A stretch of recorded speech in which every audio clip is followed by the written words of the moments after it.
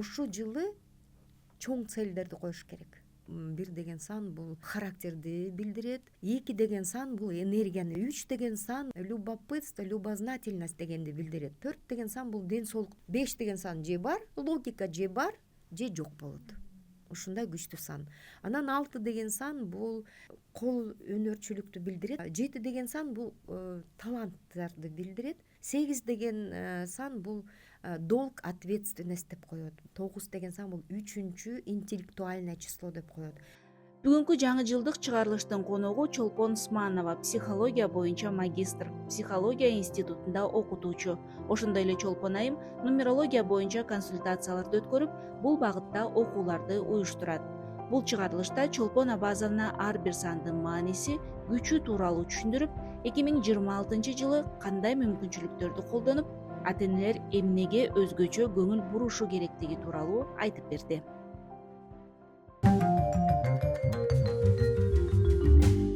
Мен өзүм негизи сандарга көп көңүл бурбай келет экенмин да. Маалыматым деле жок экен нумерология боюнча. Бирок байкасам, айланамдагы адамдар ошо сандын кодун байкап, мамиле курганда ал кайсы датада төрөлгөн экен деп ошого жараша мамиле куруп, балдарына дагы ошого карата дагы мамиле курса болот экенин мен ойлоп калдым да. Ошондук себептен сизди ушу жаңы жыл алдында бүгүнкү жаңы жылдык чыгарылышка ушул темада маектешели деп чакырдым. 2026 жылдан эмнени күтүп жана эмнени алып калышыбыз керек? Жалпы эле Нумерологияда 9 жылдык периодтор бар, анан 12 жылдык циклдар бар. 12 жылдык цикл деген бул кыргыздарда, бизде мүчөлүү жаш деп коет. Ар бир 12 жыл сайын жашоо турмуш өзгөрүп турат. Адам баласынын жашоосу өзгөрүлөт. Өзгөртпөйм десе дагы бизди сурабай эле өзгөртүп коет. Ошо 9 жылдык периодтор да бар. Ошо 9 жыл сайын периодтор дагы өзгөрүлүп турат да. Азыр болсо эми бүт глобалдуу айтсам, биздин планетабыздын 2026 жыл келатат буюрса. Бул 1 деген санды билдирет. 9 жылдык период, жаңы 9 жылдык период башталып атат. Жаңы период башталганда бул жаңы бала төрөлгөндөй эле болот да. Бул активдүү жыл, эмоционалдуу жыл, энергичный жыл, жаңы жашоо башталып аткан жылдардын бири да.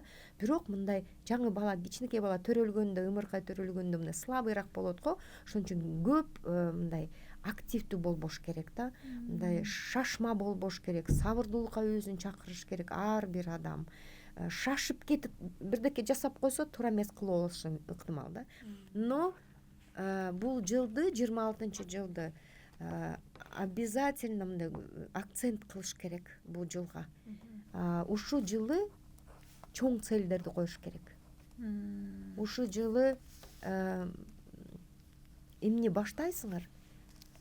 Остальные 7 жыл, 9 жыл период бүткөнчө продолжение болот да. Ушуну эле өстүрөсүңөр, өнүктүрөсүңөр. 9 жылдык периодду мен кандай деп мен ассоциациям да. Эне 9 ай баласын көтөрөт.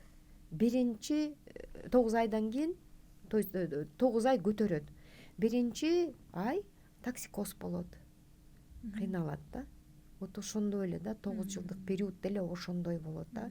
Жаңы жашоо башталып атат, жаңы максаттар коюлуп атат, бирок кичине кыйынчылыктар болот. Ошон үчүн айтам да, шашпагыла, сабырдуу болгула. Бирок сөзсүз түрдө жаңыртыш керек. Чөйрө жаңырат. Окуйм деген адамдар, пожалуйста, окууга өткүлө. Турмуш курам деген адамдар турмуш кургула. Төрөйм дегендер даярданып, анализдер тапшырабы, обследование кылабы, витаминдерди ичеби, даярданып туруп, анан кийин ошону ишке ашырса болот да, ошо максатын. Инвестиция кылса болот, жаңы үй алса болот, жаңы көчсө болот. Бүт жаңылыктар болот да, бирок акырындап жасаш керек. 2026 жыл өспүрүмдөр үчүн кандай мүмкүнчүлүктөрдү алып келет жана ата-энелер кандай маалыматты эске алышы керек? Биринчиден 2026 жыл 1 деген сандын келатат бизге буюрса. Ошо 1 деген сан бул жаңы жашоо, жаңы ийгилик, жаңы максат коюш керек деген билдирет. Бир деген негизи бул максат, цель коюш керек, анан характериңди чыгарып характериңди көрсөтүшүң керек да. Анан эгерде өспүрүм балдардын характери күчтүү болсо, аларга мындай жеңил эле болот да, жаңы окуу жайына өткөнү же бир школдон башка школго өткөзөм десе, котором десе, пожалуйста, тоже характери бар, күчү бар, период жакшы, пожалуйста, өтө берсин деген жылдардын бири да. Же бир кружокко жазылам, же бир башка бир спортивный жактан өзүмдү көрсөтөм, же бир творчество жакты баштайын десе баласына, пожалуйста, бир деген сан аябай жакшы мындай направление берет, ушундай шарт түзүп берет десем жаңылбайм да. Если баланын характери слабый болуп турса, бир деген сандын периодто жашаса дагы, анда просто ата энелер көбүрөөк поддержка кылыш керек, көбүрөөк мотивация бериш керек, көбүрөөк колдоп туруп ушу өздөрү направление алып, өздөрү жетелеп алып барыш керек деген да. Характер негизи же бар, же жок. Анан темперамент карайбыз да.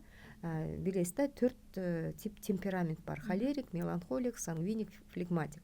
Ошо характерине жараша темпераментин да карап чыгабыз да. Тем более психоматрицада интерес к обучению, любопытство, любознательность деген сандар бар. Ошолорун карап чыгабыз баланын. Андай слабый болуп турса, темперамент, кечиресиз, любопытствосу слабый болсо, любопытствого 3 деген сан отвечает, цифра 3. И если ошо 3 деген сан жок болсо, же бир эле 3 болсо, балага кыйыныраак болот да окуганга дагы. Ошолордун баарын карайбыз. Анан склонность к апатии, склонность депрессивным состоянием деген ушундай дагы диагоналдар болот. Аларда сөзсүз карайбыз. Эмне үчүн дегенде, азыркы поколение балдар, өспүрүм балдар, альфа балдар, булар болсо бат эле депрессияга, бат эле ушундай таарынчак болуп эле, апатияга берилип эле, коркунучтар пайда болуп эле, беспокойный, тревожный болуп эле өздөрүн ушундай алып жүрүшөт да. Ошон үчүн еще больше, айла жок, ата энелерге айла жок, еще больше баласына жардам бериш керек. Биз мугалимдер балдарды ошо поколениени изилдеп атып, түшүнүп атып, биз дагы буларга кандай деп айтсам, ыкмаларды өзгөртүп атасыздар. Ооба, ыкмаларды өзгөртөбүз, методика обучения да. Илгери мындай авторитарный мугалимдер болсок, биз мындай метод кнута и пряника деп койчу. Азыр андай методдорду биз колдоно албайбыз. Балдарыбыз дароо эле таарынып эле, напряжение, беспокойство болуп эле, ыйлап эле ооруп калып атышпайбы? Ушундай балдар болуп атат да, азыркы поколение балдар. Азыр болсо балдарыбызга мындай башкача мамиле кылып атабыз. Наставник болуп атабыз да. Мындай авторитарный позицияны көрсөтпөй, как наставник. Конечно, көрсөтүш керек, мындай закон иерархии деген болот. Бала деген түшүнүш керек. Апа менен мындай сүйлөшкөн болбойт. Апаны сыйлаш керек, мугалимди сыйлаш керек. Мугалимдин статусу башка, апанын статусу башка. Аны биз балдарыбызга жеткизишибиз керек. Бирок ошондой болуп атканда дагы мындай ушундай бир авторитарныйды позициябызды көрсөтпөшүбүз керек да. Демек, замандын өзгөрүшүнө жараша, муундун өзгөчөлүгүнө жараша мамиле кылганды биз үйрөнүшүбүз керек экен. Мисалы, мени мына ушундай тарбиялаган деп мен балдарыма ал ыкманы колдоно албайт экенмин да. Анда ал балдар ушу поколениеде жашаш керек болчу да. Битва поколений деген бар. Проблема отцов и детей деген бар. Бул проблема ар дайым болот. Ар дайым канча ата бар, ата бала бар, ошончо и проблема болот. Поколениялар башка. Поколение өзгөрүлгөндө ой пикирлер да өзгөрүлөт, мышление өзгөрөт, бүт психический познавательный процесстердин баары өзгөрөт да. Илгери биз окуп бир текст берсе, ошону домашний задание берсе, буквально бир 20 жыл мурун ошону биз прям полностью изилдейбиз, окуйбуз, вопросторго жооп беребиз, керек болсо даже полностью мындай наизусть окуп келчүбүз да. Азыркы балдар антый албайт. У них рассеянное внимание, у них мындай памяттери дагы непроизвольный, вниманиясы да непроизвольный. То есть мындай булар клиповое мышление деп коет да, яркое, быстрое, ушундайларды эле запоминают, а мындай терең глубоко изучать эткенди билишпейт азыркы балдар. Ошон үчүн ошого карата дагы биз методика обученияны өзгөртүп атабыз. Ага карата биз ата энелер менен сүйлөшүп дагы айтып атабыз, балдарыңарды мындай психикаңызы мындай катуу бузулбасын, көп стресс кармабасын, жакшы окусун, интерес к обучению жоготпосун десеңер, пожалуйста, анда изучайте своего ребенка, изучайте это поколение деп айтып келип атабыз да. 1 сандан 9 деген санга чейин ар бир сандын өзгөчөлүгү сүрөттөлүшү кандай болот? Ар бир сандын өзүнүн мааниси болот. Эми 1 деген санды айтып кетсек, 1 деген сан бул характерди билдирет. Канчалык адамдын характери, мүнөзү күчтүү же наоборот алсыз.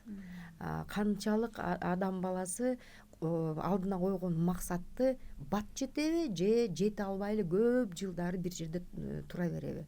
2 деген сан бул энергияны билдирет. Эми ушу максатты, алдыга койгон максатты ишке ашырам десе, күч керек да, энергия керек да. Азыркы жашоодо, азыркы биздин жашап аткан периоддордо энергиялар аябай бат өтүп атат. Кечки эртең менен көз ачканда эле кеч кандай болуп калды биз билбей да калып атабыз. Энергия күчтүү болуп атат да. Ошон үчүн энергияны карайбыз. 2 деген сан энергияны билдирет, анан интуицияны билдирет и темпераментти билдирет да. Бул аябай күчтүү сан. 3 деген сан бул как раз таки желание учиться, любопытство, любознательность дегенди билдирет да. Жана айтып кеткендей, 3 деген сан бар болсо, хотя бы 1-3 деген сан болсо, вибрациялары болуп, адам баласына жеңилирээк болот да. 2-3 деген сан 2 болсо, бул жакшы норма деп коет. Бул балабы, кызбы, чоң адамбы, бирок мындай өмүр бою через любопытство, через интерес к обучению уверенный болот, самооценкалары күчтүү болот, мындай творческий адам болот да. Ошон 3 деген биринчи интеллектуальное число деп коет. Негизи бул квадрат Пифагорада 3 интеллектуальный сан бар. 3, 5 и 9. 3 бар, мына уже 1-3 болсо дагы уже жакшы. 3төр канчалык көп болсо, ошончалык идейный адам болот да, творческий адам болот. Анан 4 деген сан. 4 деген сан бул ден соолукту билдирет. Канчалык максатка биз жетебиз десе, көрдүңүзбү? Энергия керек, любопытство, творческий потенциал керек, окуш керек, любознательный болуш керек, анан ден соолук болуш керек да. Ошон үчүн 4 деген сан бул ден соолукту билдирет. Анан 4 деген сан бул 2 да. Ошон үчүн 1 эле 4 болсо, бул жакшы норма, ден соолугу жакшы, костная система жакшы. Бирок агрессивныйраак болот да адам. Анан дагы 2лер көп болсо, плюс психоматрицада дагы 4 деген сан болсо, бул аябай мындай эмоцияга көбүрөөк бериле турган адам болот да. Анан 5 деген сан бул логиканы билдирет, анан интуицияны билдирет. 5 деген сан бул эркектин саны деп коет да. Негизи психоматрицада эркектин сандары бар и аял заттын сандары бар да. Четный числа, четный 2, 4, 6, 8 деген сандар булар аялдын цифралары, 1, 3, 5, 7, 9 деген цифралар, сандар булар эркектердин саны да, нечетный. И психоматрицада именно ушу нечетный цифралар көп болот. Эркек, көрдүңүзбү, мужская энергия даже ушу психоматрицада күчтүү болот да. 5 деген сан бул интуиция, 5 деген сан бул экинчи интеллектуалдык сан. 5 деген сан отвечает за зарабатывание денег, вот ошону айткым келет. Успехти билдирет да. көрдүңүзбү канча көп. Ушу психоматрицада ар бир санды жетпей баратса, нормага жетпей атса, любой адам ошону проработка деп коет, ошону өстүрүп алса болот да. А 5 деген санды не наработаешь. 5 деген сан же бар, логика же бар, же жок болот. Ушундай күчтүү сан. Анан 6 деген сан бул кол өнөрчүлүктү билдирет, мына кол менен иштеп акча таба турганды билдирет. Труд дегенди билет, физический труд, же жалкоо, же наоборот ушундай бир мындай талпынып иштеп көп нерсеге жете турган адамдар болот да. 7 деген сан бул таланттарды билдирет, анан удачаны билдирет. Канчалык адам баласы, если 7 деген сан бар болсо, удачасы бар экен. Бул максат койгондон кийин энергия бар, ден соолугу жакшы, логикасы иштеп турат, жалкоо эмес, окуйт экен, еще 7 деген сан барбы, значит, ушунчалык удачливый, батыраак ушу максатына жете турган адамдар да. Анан ошо максатына жеткенден кийин башка адамдарга дагы өзүнүн таланттарын көрсөтүш керек, делиться своими знаниями деп коет. Сөзсүз башка адамдарга дагы ушуну алып жеткизиш керек да, үйрөнгөн нерселерин. 7 деген сан жок болсо, ага да кайгырбаш керек. Бул эмнени билдирет? Адам баласы мына инфантильный эмес дегенди билдирет да. 7 болсо, неосознанно адам баласы билет, я везучий деп. Кичине инфантилизм бар да.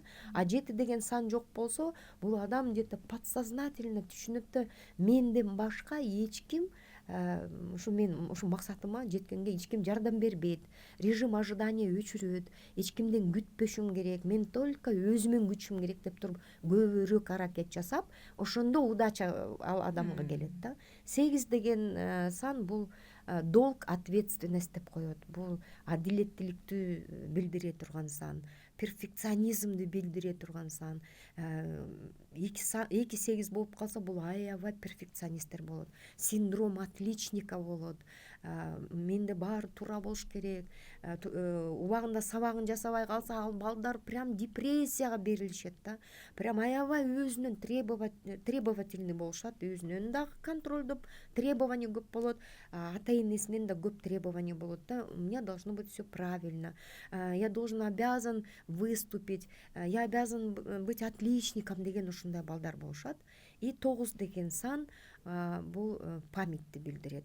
9 деген сан бул 3-чү интеллектуальное число деп коет.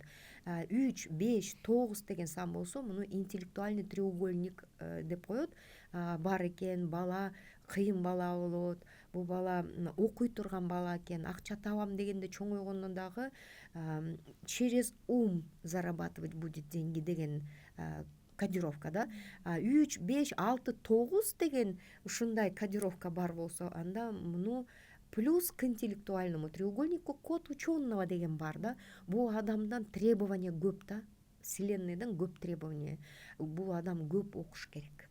Ар дайым повышать должен, квалификациясын өстүрүп туруш керек, саморазвитие, 50-гө чыкканда да окуш керек, 60-ка чыкканда да бир какой-то бир интерестерди таап туруш керек да. Ну и есть хорошая возможность защищать диссертации, то есть ушундай направлениялар болот да. Анан 1-ден 9-га чейин ушуна кичинекей маалымат бердим сандар боюнча. Бирок дагы эле айткым келет да, линиялар бар, столбецтер бар, диагоналдар бар. Алар дагы аябай чоң информация берет адам баласы жөнүндө. Сиз ушул психолог, нумеролог катары тажрыйбаңызда ата-энелер азыр көбүрөөк кандай ката кетирип жатат балдарын чоңойтуп өстүрүүдө? Ката кетиргени,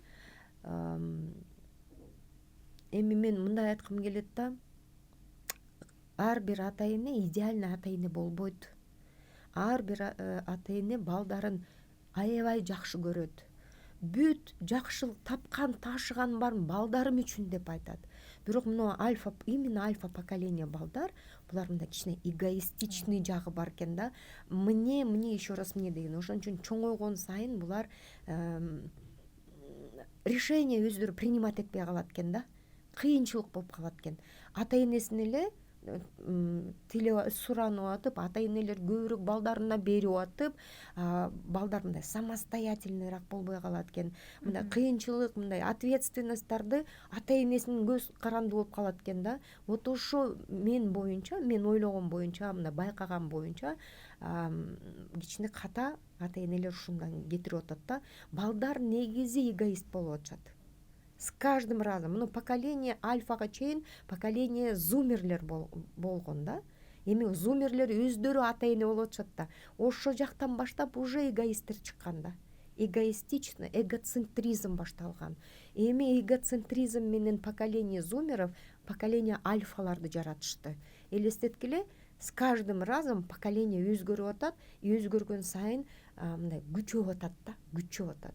Ошон үчүн биз чоң улуу поколениябыз да. Биз, конечно, требование кое албайбыз, биздей болгула деп. Эч качан андай болбойт. Ар бир муундун өзүнүн поколениясынын өзүнүн признак причиналары болот, обстоятельстволору болот, ошого карата жашашат да.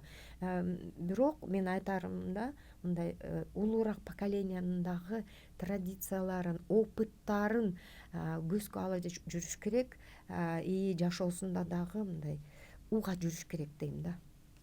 Деп мен ушу балдарды кенже курактан өнүктүрүү боюнча бир тренингке катышып калдым да. Ал жактан бизге мындай тапшырма берилди. 2 кичинекей бала бир эле үй бүлөдө төрөлгөн, эгиздер. Биринин өнүгүүсү башкача, экинчисинин өнүгүүсү башкача, бирок ыкма бирдей колдонулган. Экөөнү бирдей тамак берген, бирдей убакыт бөлгөн, баардыгы бирдей болгон, бирок экөөнүн өнүгүүсү эки башка болгон да. Анан биздин милдетибиз ошо эмне себептен эки башка экенин табуу болчу да. Анан балким тигил бирин энеси эмизген, бирин жасалма сүт берилген десек, жок андай эмес, чогуу дейт. Анан ошентип отуруп аягында маалымат мындай болду: темперамент, эки баланын темпераменти эки башка деп айтылганда, темпераментке көңүл бурбай бирдей эле ыкма салына берген деп түшүндүргөн. Сиз ушу темперамент жөнүндө дагы айтып кеттиңиз. Ар бир темпераментке токтолуп, анан айтып кетсеңиз маалымат ар бири боюнча. Эмне себептен ата эне ошол темпераментке да көңүл бурушу керек? Мен нумерология боюнча айткым келип кетти да, про близнецов и двойняшек. Почему они разные? Ошону айтсам болобу? Болот. Эми буга нумерология аябай четкий ответ берет да. Биринчи эки бала төрөлөт да, эми биринчи төрөлгөн бала ал ар дайым күчтүү болуп төрөлөт да. Характери мисалы 3 единица болсо, экинчи бала деле бир күндө эле төрөлдү да экөө. Бирок ал 3 единицага биринчи балага дагы 3 единица кошулат. А экинчи бала 3 единица боюнча эле калат да характери.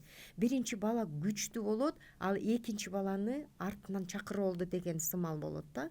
И жашоо турмушта дагы, окууда дагы биринчи төрөлгөн бала, близнец, ал күчтүүрөөк болот. Жанында анысын ар дайым сүйрөп жүрөт, ар дайым мотивация берип жүрөт, ар дайым защитага алып жүрөт да. Биринчи бала төрөлгөн ар дайым күчтүү болот. Нумерология боюнча. Темперамент боюнча карасак, эми эки бала бир эле күнү төрөлдү. Убакыты боюнча дагы көп болсо бир 15-20 мүнөт, бир атадан, бир энеден, тарбиясы да бир, баардыгы бир. Бирок ал баланын темпераменти башка болуп калган. Характери да бир. Экөөнүкү 3 единица болотпу мисалы да. Бирок нумерология жана мен айтканда дагы 3 единица кошот биринчи төрөлгөн балага, ал күчтүү. Бул бала ошо 3 единица боюнча эле калат да. Анан темпераментин, сөзсүз түрдө темпераментин карайбыз. Эми биринчи бала возможно темперамент холерик. Холериктер булар мындай болот да, аябай эмоциональный, аябай энергичный. Булар как шереңкедей болот да, бат жаңылып, анан бат өчүп калат да. Ошон үчүн энергиясы да бат кетип, чарчап, тарынчак болот, пессимисттирак болушат да. Флегматиктер булар более мындай спокойныраак болушат, спокойно проблемаларын чечет, тынчыраак болушат да. Эмоциональный жактан дагы умеют управлять эмоциями. Сангвиниктер булар середина между холериком и между флегматиком болушат. Бирок тоже аябай булар самодостаточный адамдар болот.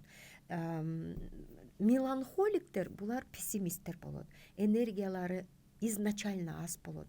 Булар көп сүйлөбөйт, булар интроверт болот, кыйынчылык болгондо өзү менен өзү жабылып калышат, пессимизмге көп алынышат и мындай депрессивный состоянияга дагы бата алышат да. И чтобы восстановиться, булар мындай чоң нерсеге барышпайт, чоң адамдардын обществого барбайт, социумга. Булар наоборот өзүнчө жабылып, бир комнатадан чыккысы келбей калат, өзүнчө эле ичинен эле проблемаларды козгоп, ыйлап сыктай беришет да. Ушундай болот. Ошон үчүн темперамент деген бул аябай күчтүү болот. Характерди биз жашоо турмушта тарбияга жараша, чөйрөгө жараша өзгөртсөк болот. А вот темперамент ошо төрөлгөндө кандай болот? Всю жизнь, өмүр бою темперамент ошо бойдон эле калат да. Бул өзгөрүлбөй турган нерсе. Демек, азыркы ата энелер балдарын элдин балдары демек турсун, сенин агаң же сенин эжең мындай эле деп айтканга дагы туура эмес болот экен да, анын темпераментин эске алганда. Темпераментин эске алганда, анан поколениянын өзүнүн өзгөчөлүгүн караш керек да. Не сравнивайте меня с другими дейт сразу. Не заходите в мое личное пространство дешет. Булардын баары эми каяктан келип атат? Соц тармактан келип атат да. Полностью биз жабыла албайбыз, биз интернетте жоюлта албайбыз, соцсеттерден да чыга албайбыз, полностью биз кутула албайбыз мындан. Бирок ограничить время надо. Контроль родителей обязательно нужен да. 12 жашка чыккан биринчи мүчөл жашында ал дагы бир сандын өзүнүн күчү бар болсо керек, 12ге чыкканда бул целый цикл өзгөрүлүп атат да. Ага нумерологияда өзүнчө объяснение бар. Цикл меняется, аура слабая, иммунитет слабеет, и баланын дагы гормондору да башкача иштеп баштайт, характерлери да өзгөрүлүп баштайт. Ушу биринчи чоң мындай всплеск болот да. И кыргызчылыкта деле айтылат го, мүчөлүү жаш же мындай аябай жакшы өтөт, же аябай көп сыноо болот деп, нумерологияда да ошондой бар да. Ошон үчүн эки жактыкын рекомендациясын айтып кетсем, кызыл кийгиле дейт. Ички кийим болсо да кызыл кийгиле дейт. Урук тукумду унутпагыла дейт. Дуа кылып тургула, Куран окутуп тургула, кант чыгаргыла, жертвоприношение кылгыла дейт. Андай кыла албаса в святые места ездите дейт. Нумерологияда бул аябай катуу мындай чоң айтылган да. Жөн эле таштап койбош керек. Бала 12 жаштагы бала 13кө чыкканча мындай аябай көп кыйынчылыктарды өтөт да. Ал еще чоң эмес, ну и кички эмес. Мындай өспүрүм болуп турат да. Характерлери, атасы, энеси кече эле түшүнүп аткан баласы азыр түшүнбөй калды. Ал дагы ата энесин түшүнбөй калды. Ал вообще чөйрөсүн түшүнбөй калат ал бала. И өзүнө дагы объяснение бере албай калат да. Ошон үчүн ал баланы дагы мындай жардам бериш керек да, мындай кыргызчылыктарды кылып, жана кызыл кийгизип, Куран окутуп, мындай күчтүү, мындай духовный жактарын көтөрүп башташ керек да. И ар бир мүчөлүү жаш это 12-летний цикл жабылат да, 12ден 13 жашка чейин, анан 24 жаш кыйын болот. 24 жаш, 25 жаш и 48-49 жаш. Анан чем дальше, тем адам баласынын физиологиясы да алсыз болуп баштайт да, энергиялары, күчтөрү да мурункудай эмес. Чем дальше, тем мүчөлүү жаштар, циклдар, адам баласы өзүнө еще больше караш керек да, еще больше беречь он должен себя, да, потому что уже ослаб человек. Демек мүчөл жашта көбүрөөк өзүнүн ден соолугуна, коопсуздугуна көңүл буруп, өзүнүн мындай рухий жагынан бекемдөөгө аракет кылышы керек экен, Ар бир цикл өзгөрүлгөн сайын рухийди мындай духовностьты көтөрүш керек да. Только через духовность адам баласы мындай чыгып кетет ушундай кыйынчылыктардан. Сиз жашооңузда нумерологияга келгенден кийин балдарыңызга мамилеңиз кандай өзгөрттүңүз? ушу нумерологияга келип өзүмдү биринчиден изилдедим, өзүмдү тааныдым, өзүм менен тааныштым. Анан кийин өзүм менен таанышкандан кийин менин самооценкам да өсүп баштады. Көз караштарым дагы башкача болуп, мышленияларым башкача болуп баштады. Кыздарыма жасаган мамилем башкача болуп калды. Кыздарымды мен негизи улуу кызымды урушуп койчумун да. Метод кнута болчу да, и пряника. А экинчи кызым менен мен уже нумерологияны изучать этип, мен уже башкача сүйлөшүп баштадым. Түшүнүп, договариваться этип баштадык. Муну ырт чатактар азайып калды да. Кризистер неизбежны. Мен ата энелерге айткым келет да, балдардын кризистери неизбежен. Кризис болгондо ата эне чыдамкайраак болуш керек, терпеливыйраак болуш керек. Баласын ал сенден чыккан бала да, ал сенден хуже эч качан болбойт. Аны сенден да жакшы болот. Сенден жаманыраак болсо, хуже болсо, эволюция токтоп калмак. Сенден мыкты болот. Сен өзүңдүн көз карашыңды балаңа мурункудай кандай жакшы көрсөң, ошондой жакшы көрүшүң керек. Ошондой сен ишенишиң керек. Сөзүңдү тандап сүйлөшүң керек да. Особенно эненин сөзү күчтүү болот да. Сен мындайсың, сен жамансың, сен тилди укпайсың, сен хулигансың десең, бала ошондой болуш мүмкүн. Мен действительно ушундаймын да деп. Ошон үчүн азыр энелер тем более сөзүн тандаш керек, ишенимин жоготпош керек. Анан ушуну айткым келет да азыркы энелерге, аталарга. И дагы мындай айткым келет, ата деген бул өзгөчө азыр мындай күч да, асказоо деп жөн эле айтылбайт экен да. Мурун мен укчумун да, менин атам асказоо дегенде көп мындай түшүнбөптүрмүн. Азыр түшүнүп баштадым. Атанын сөзү күчтүү болот экен. Ата деген мындай бир ушунчалык защита болот экен, особенно кыз балага. Кыз бала деген турмуш куруп атканда дагы, кура электе эле өзү изденип атканда эле атасына окшош жолдош издейт экен да. Это тоже неосознанный процесс. Может, где-то атасына тарынган, бирок ошол тарынган кыздарга айткым келет да, тарынбагыла аталарыңарга. Ата силерде башка ата болбойт. Силер атаңарга тарынып отуп, ошо атаңардын ошо бир жакшы эмес нерсесине тарынып отуп, ошондой жолдош таап алат экен да. Биз эми эне болгондон кийин эмоцияга берилип, аябай балдарыбызга кыжаалат болот экенбиз да. Анан мен айткым келет, кыжаалат болбой, биз балдарыбызга бата беришибиз керек экен. Мисалы, кызым кечинде бир жака туулган күнгө баратат. Кызым, мен сага кыжаалат болуп атам дебей, кызым, мен сага батамды берип атам деп айтышыбыз керек экен.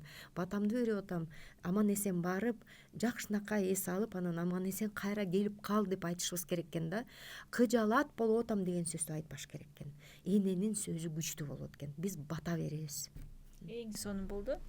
Чоң рахмат Чолпон Аббасовна. Сизди дагы бир жолу келе жаткан жаңы жылыңыз менен куттуктайм. Ушул 2026 жыл чынында эле өзүнүн санына жараша жаңы максаттарды коюуда ийгиликке алып келген жыл болсун. Урматтуу Эне күндөлүгү YouTube каналынын көрүүчүлөрү, сиздер менен 2026 жылы амандыкта жолугушалы, келе жаткан жаңы жылыңыздар менен.